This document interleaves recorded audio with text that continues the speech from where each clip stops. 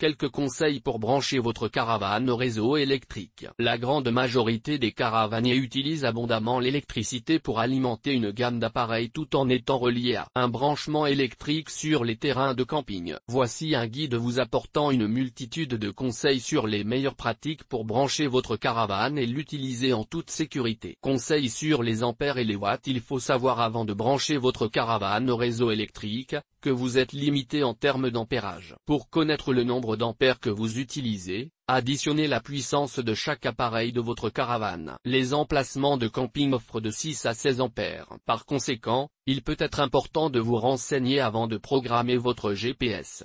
À noter que les sites électrifiés en 16A ne sont pas plus chers que ceux proposant du 6A.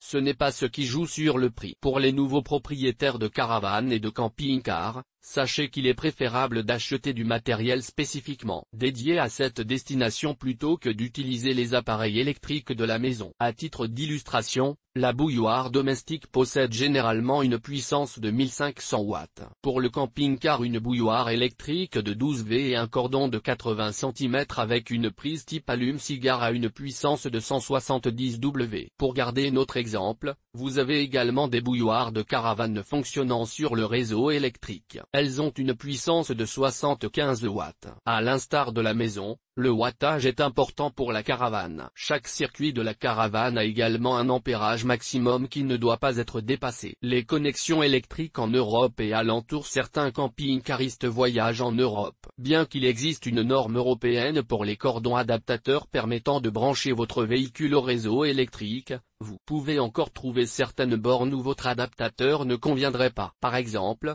les sites d'Allemagne sont beaucoup mieux équipés en termes de raccordement que ceux d'Italie, même s'ils sont en train de changer progressivement. Et la difficulté est exponentielle en Grande-Bretagne. Très souvent en Grande-Bretagne, votre branchement électrique peut connaître ce qui est appelé la polarité inversée. Cela est dû à des normes différentes de câblage de prise. L'installation électrique de la caravane ne doit pas être utilisée tant qu'il existe une situation de polarité inversée. Débranchez la prise du secteur et n'utilisez pas cette installation. N'utilisez jamais un site fournissant un accès au réseau électrique n'ayant pas de système de mise à la terre. En France, si vous regardez attentivement les publicités des campings, rares sont les détails sur l'alimentation électrique. À peine si vous savez que le site est électrifié. Les très rares annonces trouvées dans la presse spécialisée en caravaning précisent que les emplacements comprennent l'électricité. 6 ampères seulement. D'autres disent ça. Seuls 2 campings proposaient du 16A sur environ 40 d'annonces. La connexion de la caravane au réseau électrique. La distance maximale entre la prise de courant et un point de branchement électrique sur le terrain de la caravane est de 20 mètres. La connexion doit comprendre 25 mètres plus /, 2 mètres, de câbles flexibles fournis généralement par le fabricant de la caravane. Une sortie se connecte à l'entrée de la caravane, l'autre se branche à la prise du site. Des cordons adaptateurs sont également disponibles pour connecter le câble de connexion standard à une prise électrique. Là aussi, vérifiez l'ampérage avant d'effectuer le branchement. Notez qu'il est question de caravane et de camping-car. Cependant, ces câbles d'alimentation fonctionnent pour les remorques des forains dans les marchés ou les bateaux, ainsi que les groupes électrogènes, cordon adaptateur avec câble 3G de 1,5 mm² de type HO7RN fiche femelle avec terre et volet pour branchement sur la prise mâle fiche mâle avec terre pour le branchement d'un enrouleur ou d'une rallonge. Vos appareils électriques et la limitation de puissance des bornes dans la mesure du possible. N'utilisez que des appareils conformes aux normes du pays dans lequel vous voyagez. En cas de doute, demandez au fabricant si l'appareil s'utilise dans un camping-car. Bien que l'installation électrique de la caravane soit conçue pour un courant maximum de 16 ampères maximum, certaines bornes de camping peuvent limiter la charge de courant maximale à un ampérage inférieur. Par exemple, au Royaume-Uni la limitation est très souvent de 10 ampères, comme en France, voir l'exemple des campings plus hauts. À l'arrivée sur un site, vérifiez quel est le courant maximum autorisé, et respectez cette contrainte. Dans le cas contraire, les disjoncteurs de la borne risquent de fonctionner.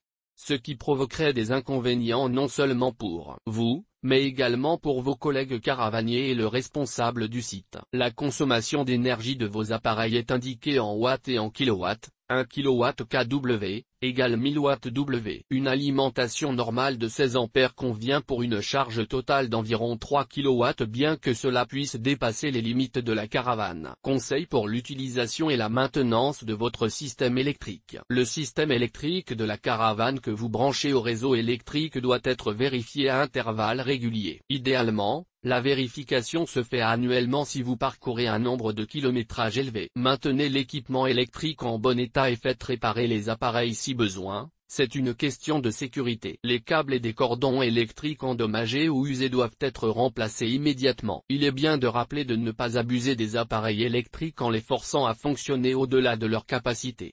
Débranchez tous les appareils internes de la caravane avant de vous connecter ou de vous déconnecter à l'alimentation électrique du site. Autre conseil important, vérifiez le fonctionnement du disjoncteur différentiel à l'aide du bouton de test à chaque fois que la caravane est branchée à l'alimentation d'une borne. En cas de déclenchement d'un fusible ou d'un disjoncteur différentiel, coupez l'alimentation. Puis, vérifiez la cause avant de remplacer le fusible. Conseil de sécurité lié au câble électrique. Assurez-vous toujours que le câble électrique de la caravane branché au site soit complètement déroulé lorsqu'il est utilisé. Si nécessaire, étalez l'excédent de câbles en rangée parallèle à côté du véhicule. Il convient de ne pas faire de spirale ni de quelconques enroulements. Ces dernières pratiques entraînent parfois une surchauffe du câble et il arrive qu'il puisse prendre feu. Un camping-car ne laisse pas les câbles branchés au réseau électrique de l'emplacement lorsque leur véhicule n'y stationne pas. Cela constitue un danger majeur pour la sécurité. Par exemple, la tonte de l'herbe en votre absence, enfant qui pourrait jouer avec le câble, etc.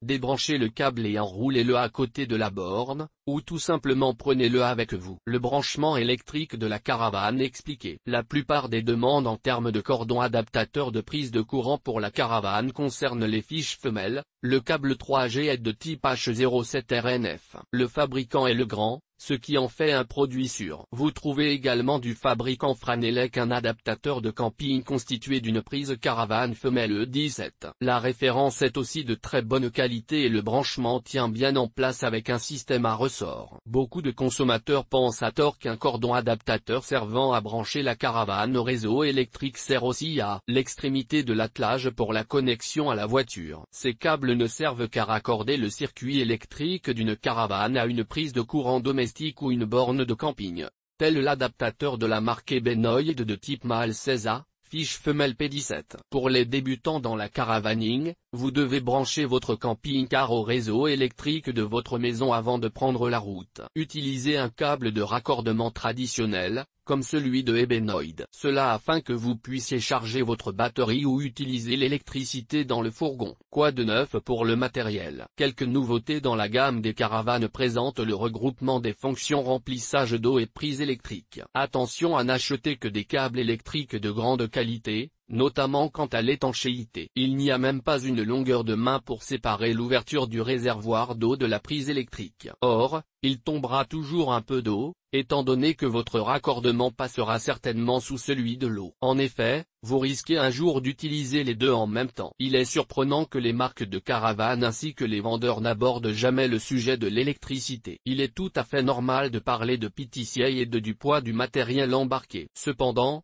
il convient aussi d'expliquer aux futurs acheteurs certaines règles de base comme l'ampérage à ne pas dépasser, etc. Même les magazines spécialisés sont muets sur le sujet. C'est aussi pourquoi nous mettons ces conseils à votre portée. EGT. La borne de recharge Evelink Schneider Electric EGT. Consultez un site dédié au camping-car et caravaning.